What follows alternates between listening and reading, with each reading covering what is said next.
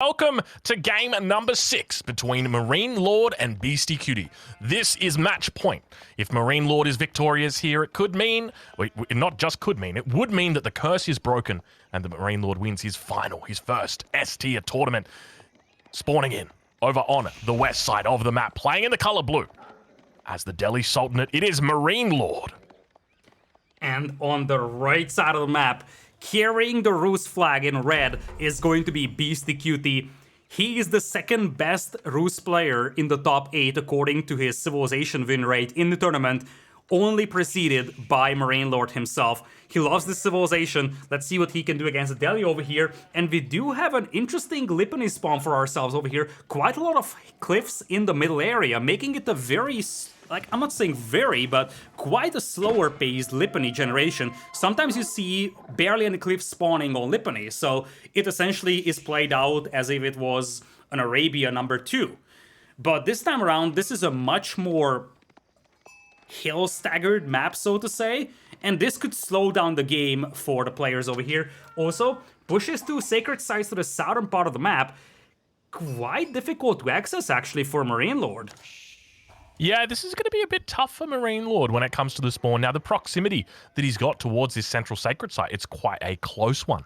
But obviously, he's got a very big cliff in between himself and that sacred site. So that it definitely extends out the walking distance quite a fair bit there. The sacred site towards the north looks pretty favorable for him, though. I suspect we might see a wall or two get thrown up around that sacred site, and I don't think he'll be losing that for the entirety of the game. But obviously, this is a matchup that we don't really see that much. Delhi versus the Rus. However, spoiler alert for the third and fourth playoff match. The Delhi versus the Rus happened twice in that series, and the Delhi won both times. So already we've got ourselves, a little bit of a precedent here for today, where you're going into a matchup, you don't really know how it plays out, and all of a sudden you've got two players that have both been victorious with the Delhi today. So will we see the Delhi victorious for a third time? Will we see Beastyqt take this game off MarineLorD? That is the question. What do you think the answer is going to be, Lidakor? Well, put your money where your mouth is. As you pointed out, the Delhi technically has the upper hand over here. As you pointed out, in the third place set, the Delhi won both of these matchups. And if you look at the overall statistics in the rank ladder beyond Platinum rank, thanks to AoE Forward for all the statistics on these, the Rus have their second lowest win rate against the Delhi Sultanate at 45.2%. Only the Abbasids have a lower win rate against the Delhi. That is, of course, combining all maps, Platinum plus ranks, so not necessarily completely representative, but I think it still tells us a story about this matchup over here. This is definitely one of those civilization matchups where the Rus don't feel that confident in. Yeah, I've got to agree with you on that one. But we see the age ups now coming through. MarineLorD going with the Dome of the Faith, no Tower of Victory shenanigans today. Wheelbarrow coming through for both players, so if you've got that wheelbarrow alert, make sure you sound it out loud and clear. Because that is the question. Who will win this game? Who will be victorious? And coming into it, it's a bit of a difficult matchup for the Rus. Now, there's a couple of interactions to talk about. First and foremost, when it comes to the elephants, one of the great counters to elephants are longbowmen. And the reason why is not only do they have that extra range, but they've also got a little bit of extra damage on them as well.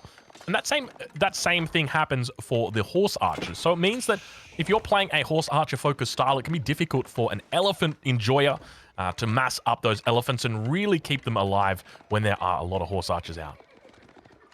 Indeed, that's a great point that you bring up. And of course, you do have that extra added effect of mobility. So you can harass the enemy economy, and that's exactly how you want to play against the Delhi. You don't want those elephants to start marching towards you. You want to have those elephants either stay at the back and defend the eco, or just pursue your horse archers all across the map. Now, with the map having quite a lot of cliffs, if MarineLorD was quite well, I think he can negate the effects of that mobility advantage, and that could also be a difficult scenario to deal with for Beasty if he wants to go for horse archers, because the playing field is going to be much more limited, and that opens up the possibilities of those elephants being used to a greater effect. Nice little opening here for MarineLorD. He's managed to take out one of the scouts from Beasty, but obviously playing as the Rus, you've got lots of scouts that are available. We do see the ball being taken in the middle of the map. A single villager is standing over towards the edge here. I'm not too sure exactly what its plan is, whether he's going to be jumping down a hunting cabin potentially. But a nice little spot here for him. And keep in mind, this is actually going to be close to this central sacred site, which means that he's going to be getting a 2-for-1 here. Not only is he going to be protecting the villages in the center, but he's also going to be protecting that sacred site as well. Yeah, that's a great spot for Beastyqt to be in. That boar is also close to a forest, so the hunting cabin that he's going to place is gonna be a solid 25 gold per minute as well. By the way, he's sitting at 350 bounties, so also pretty decent bounty for him already collected. And as you pointed out, because he decided to go for the southern boar, he's gonna have the ability to contest not only that one sacred site that is right next to that boar, he's also gonna be able to contest the other sacred site, and that's probably the best case scenario for him. He's essentially gonna be able to prevent MarineLorD from taking those two sacred sites, and that is essentially step number one at dealing with the Delhi, preventing them from taking the majority of those sacred sites.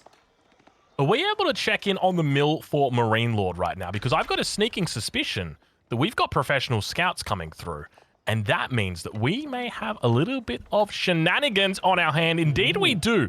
So the professional scouts was in queue, but no horticulture. Normally you would see horticulture coming out here, or at the very least survival techniques, but instead it's going to be a rush towards professional scouts. So MarineLorD going to be looking to secure up and steal away potentially some of those hunts out on the map.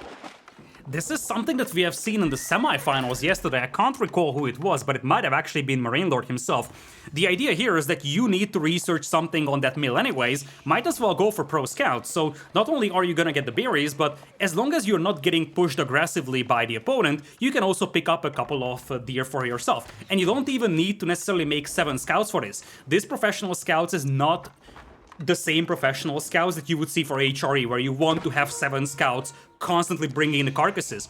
This is more like an auxiliary upgrade, something that you get simply because it's free for you, and it's going to just give you another extra bit of food to work with. So I wouldn't be surprised to see MarineLorD not using like 4, 5, 6 scouts to collect the carcasses, rather than just use 1 or 2 scouts, slowly bring in the carcasses, and just utilize the fact that if the upgrade is free, I might as well grab it and capitalize on me being able to bring in those carcasses to safety. Yeah, that's a really good point. And I think that's exactly the way he's going to play it. We can see that he's only got 1 scout out at the moment. He did lose that second scout towards the base of Beastyqt. But we do see a huge amount of infrastructure now being built down on this central sacred site. It's going to mean that it's very difficult for MarineLorD to actually take a decent fight here, because the reinforcements are going to be so close. 4 archery ranges coming out for Beastyqt. He is intent on keeping this game in feudal, that is for sure. That is a lot of infrastructure. That's a lot of infrastructure indeed, and it is going to be able to lock down that sacred site. Also has a night out here, and we have seen this as well yesterday, I believe, in the semifinals, where the Rus player adds a stable back at home, and he essentially has 2 different places where he's producing army. And the reason why it's important is because your angles of attack are completely different. So MarineLorD is gonna have to pay attention to that forward proxy base that's just spamming out archers non-stop, but he also have to take a look at a different angle, the angle from which the knights will be approaching towards his base or towards those scholars. And this is going to stretch out his attention quite a bit, might even end up losing a second scholar over here to the knight. Yeah, he's trying his best. He's going to be able to loop it around the corner, you can see, but unfortunately it looks like that final hit going to come down and that scholar going to be losing its life, I suspect. Indeed it did. Scholar loses its life, so a nice little trade there for Beastyqt. He's going to be very happy with that one. Delays that sacred site from being captured, and that's what's important. It's not about, you know, whether he loses the knight. He doesn't care if he loses the knight. It's about delaying that sacred site, because in the event that sacred site does get captured, then it's a guaranteed 150 gold income every minute of this game that he retains it. That's exactly it, and oftentimes we say that, okay, if you capture the sacred site with your scholar, it's no big deal to lose the scholar, because the sacred site gives you the investment back very easily. But if you can't capture the sacred site, suddenly losing all those scholars out there is gonna be really painful. There is still 3 scholars on the battlefield for MarineLorD, but keep in mind that while those scholars are moving out towards the sacred site, they're not buffing your research. And of course, losing every single scholar is going to cost you 75 gold, and MarineLorD, I think, is yet to capture the first sacred site, so he didn't have a ton of gold to mess around with so far. Now MarineLorD moving up towards that northern side, wants to protect and prevent any sort of shenanigans happening up there, but we begin to see him moving out. Beastyqt is intent on causing harm up towards this northern side. There are scouts down towards the south side for MarineLorD, but he's got a lot of horsemen up here. Beastyqt's got to be careful not to overextend, because he's got horseman numbers that are quite significant here. And Beasty really, I feel like he's playing with fire right now. Fortunately he sees those horsemen through the sacred site. And he's like, oh, I'm just gonna sit back for now. That's a lot of horsemen. And interestingly, never finished that 4th archery range either. One has to wonder why. He might actually get himself another scholar, and Beastyqt got saved by the fact that that sacred site reveals the units that are standing on top of it.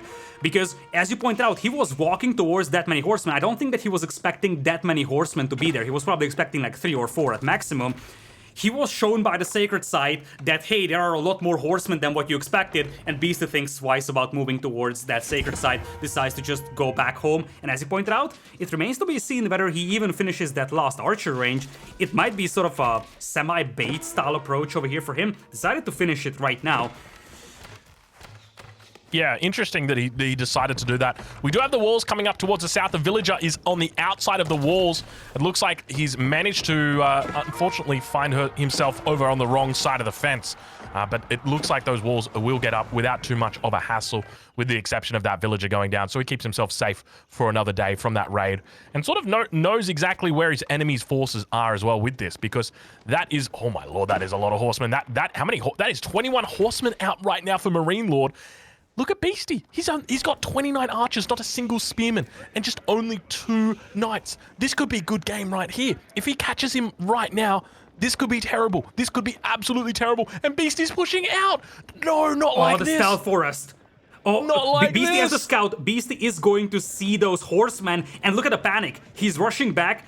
If MarineLorD is able to acquire a target on those archers, he's going to wipe them out. Luckily for Beasty, there is no scout in that army for MarineLorD. Instead, though, MarineLorD is going to dive deep into the enemy base, and Town Center fire this, Town Center fire that. 24 horsemen will just ignore that and go for the kill on the villagers.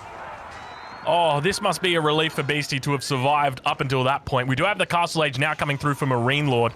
There's a lot of units right now coming out. Beasty looking to try and pick off a fight, but I can't help but feel it might be a bit of a dangerous fight to pick.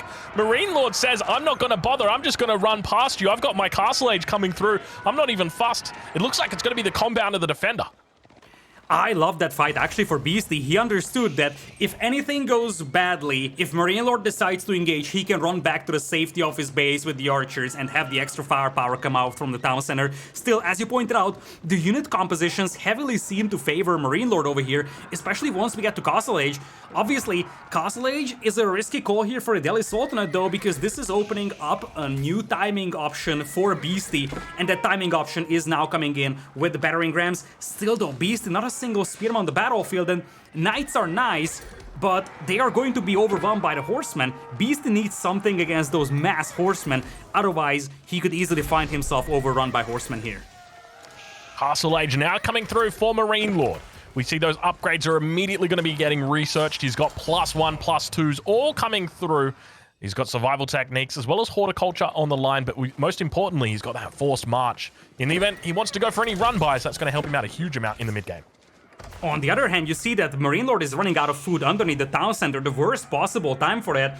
And Delhi, they take a lot of time to get those upgrades in there, especially because you only have 3 scholars, not even all of them are buffing the research there, and you only had 1 sacred site here for MarineLorD. This timing could be perfect over here for Beasty because he's moving in for the production buildings. A couple more production buildings will be there at the back though. MarineLorD will wait for that timing. He needs to get a decisive win over here, and he's waiting for that right now.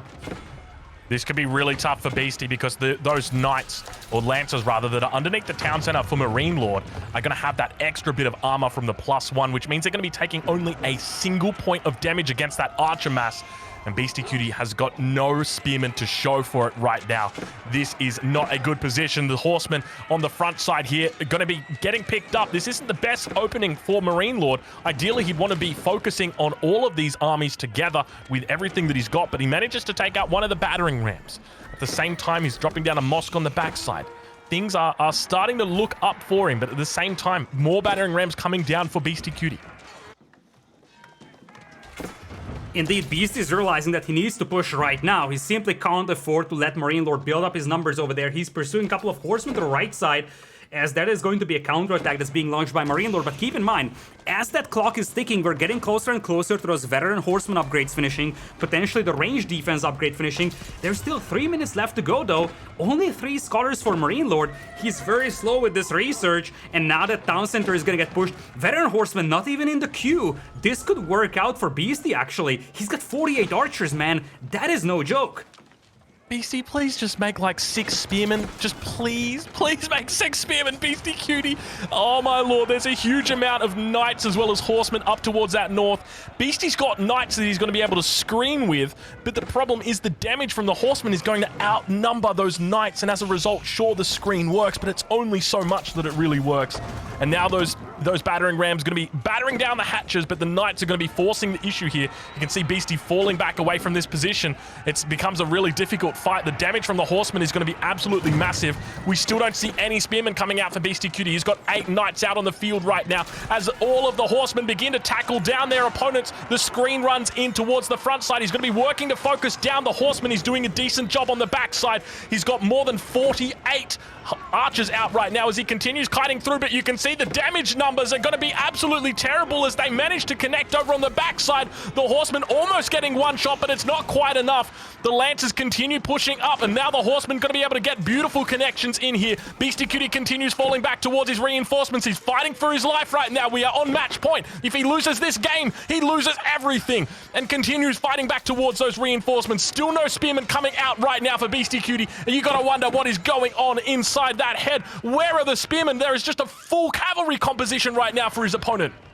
And look at that, MarineLorD is even pulling back the injured knights, healing them back up with the scholars. MarineLorD knows that there is blood in the water. He knows fully well that if he weathers this storm, he's going to win his first S-tier tournament in Age of Empires 4.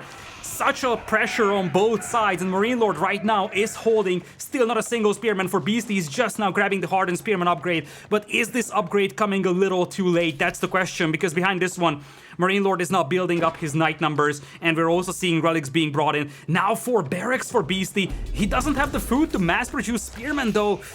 Still, there's a chance for him, but you get the feel that those barracks are just coming in a little too late. Yeah, it would have been nice. Imagine if he had 10 spears with that push. Jeez, it would have been a different outcome, that's for sure. But he's now going to be just sort of chilling out for a little bit. Villager count here relatively even, but MarineLorD is picking up those relics. He's got 2 out of the 5 so far. Sacred sites have been neutralized. He's only got 1 of them remaining up towards the north, but it has been lost now. So that is going to be 0 sacred sites for our Delhi player. Beasty still looking like he's in a solid position. He's got a decent mass. Didn't lose a large amount of his archers. He's still got a pretty decent ball of 40 or so archers.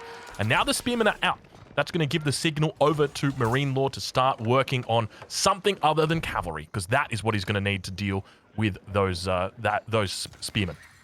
Notably, MarineLorD is low on gold. You see, he only has 100 gold in the bank, although he's got quite a lot of lancers queued up. But keep in mind that he only has 2 relics, he doesn't have a ton of gold miners, and he doesn't have the sacred sites. So he's somewhat limited on the gold, and that could hinder his ability to add those powerful castle age units.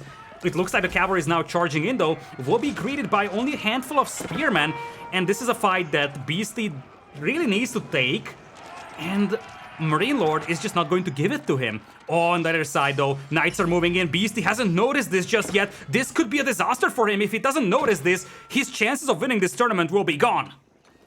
Yeah, this is really, really tough. He's continuing to follow around those knights around the top side of his base, but meanwhile, look at the villagers down the bottom. This is terrible news for Beasty right now. We're on match point, and his villager count continues to dwindle. He's down to 35. He still hasn't noticed. He's following around. He's just tunnel visioned in on those raids that are coming in towards the north, but it's all a distraction, and all of the villagers go down. Beastyqt down to 30 villagers right now. It is all falling apart for Beasty. MarineLorD looks to finally break this curse. 52 villagers to 30. A difference of 22, and he's picking up those relics. Things are looking very good right now for our Delhi player.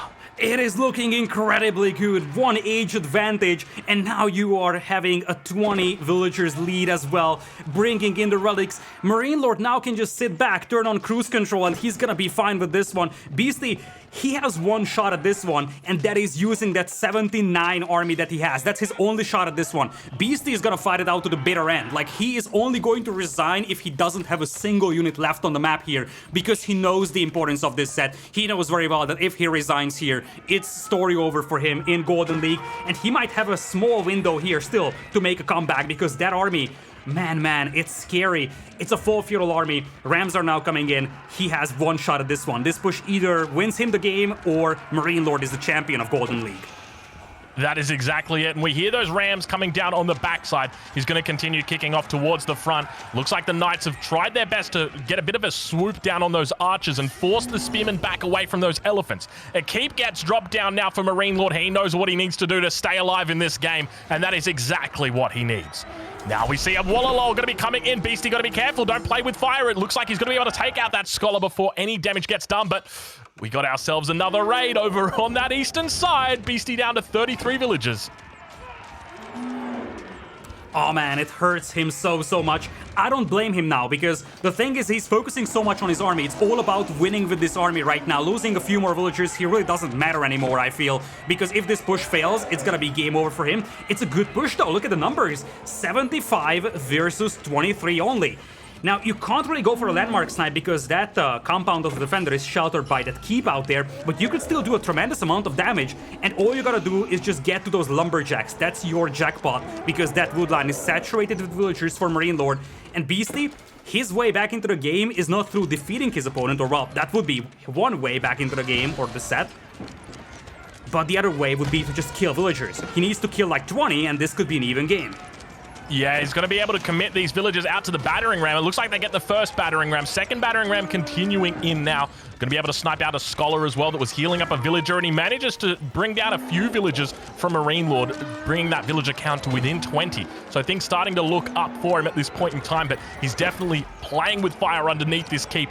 Boiling oil, it's going to be some time before it's in, but he's not even researching it. He's just going straight for village fortresses instead.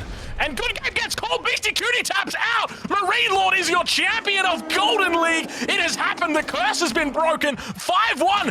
Beastyqt taps out, and MarineLorD is victorious. Good game, well played. Oh man, indeed good game and a good set over here in between the two. 5-1, the final scoreline does not represent how close these two players were in skill. So many games went down to so minor details, like for example this one, that complete collapse of the villager count over here from Beastyqt, as you see over here from that raid. That is not something that you can get away with against a world-class player like MarineLorD. And these small details just went a lot better for MarineLorD throughout the entire day. He has dominated Golden League. He has the most points in the bracket stage of the Golden League. He has played the cleanest group stage in the playoffs out there, won all 3 of his sets, and the talk was, the entire storyline for the playoffs was whether MarineLorD can finally seal the deal in that S-tier tournament, or whether once again that playoff curse is going to come into play. But MarineLorD, once again, very convincing win over here for him. And just look at how convincing MarineLorD was in this playoff. Wins 5-1 in this set, but how about the previous one? Won 4-1 against the Viper in the semifinals, and in his group, he only dropped a grand total of 1 game. In the last 3 sets, actually in the last 5 sets that MarineLorD has played, he has lost a grand total of 3 games. That is unbelievable.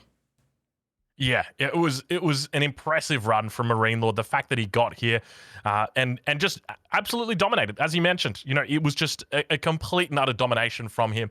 And we've seen that. That's been a reoccurring theme throughout Age of Empires for competitive scenes. We've seen MarineLorD be incredibly dominant, and then every single time we get to the final hurdle, he collapses. Fortunately, this time, not only does he climb over that hurdle, but he sprints over that line well and truly before anybody can even get close to him. Very well played by MarineLorD, and huge congratulations go over to him